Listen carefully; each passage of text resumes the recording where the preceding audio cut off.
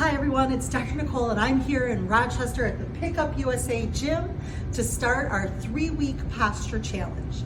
Now, why is posture important?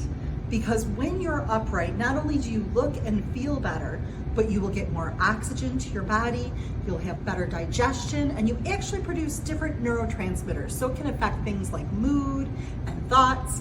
So it's important that your posture be excellent. And in times of stress, a lot of us tend to curl in, we get weakened muscles, weakened abdominals, weakened hip flexors. So these challenges will find out where your specific weakness is, and then you'll do the exercises linked to the challenges that you don't do to standard to strengthen and create your own program with our help.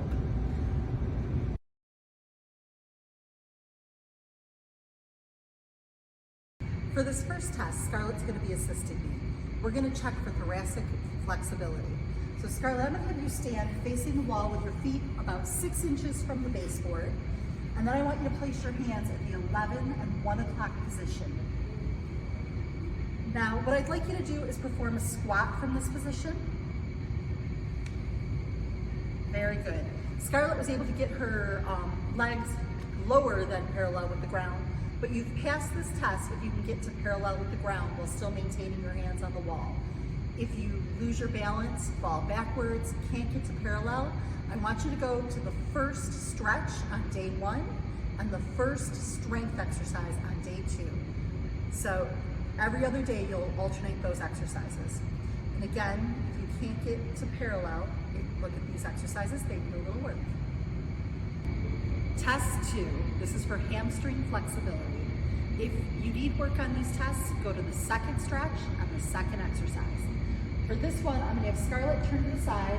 I want her to arch her lower back, and then I want her to bend forward, keeping that arch in her lower back to try to touch her toes to the ground. If you have to round to get there, if you can't get down, I want you to do the second stretch on the odd days and the second strengthening exercise on your even days. Test number 3. This test is for calf flexibility. Scarlett, you're going to stand in a split stance facing towards the wall. I want you to place your toes up on the baseboard and your heel on the ground. And I want you to bring your knee to the wall. You've passed this test if you can touch the wall. If you can't touch the wall, please go to stretches at number 3 on your odd days and strength number 3 on your even days. 1. Hi everyone, this is test number 4. We're going to have you lay face down on the ground. We're going to check for abdominal flexibility. So Scarlett, I want you to push up through your hands while keeping your hips on the ground. If you can do a full extension up with your hips still on the ground, then you've passed this test. If not, then I want you to do stretch number 4 on your odd days and strength number 4 on your even days. This is test number 5. We're testing for hip flexor flexibility. Lay on a bed or a hard surface with your legs dangling off. You're going to raise one knee to your chest. And go ahead and bring that as far to your chest as you can. If this other leg comes above parallel or you can't bring your knee to your chest, then I want you to do stretch number 5 on even or on odd days and strength number 5 on even days. And we finally arrived at our last test, external rotator flexibility.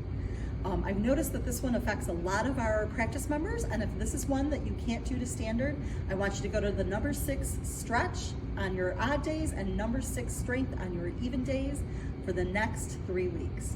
So Scarlett, if you would, cross your right leg at the ankle over your left knee.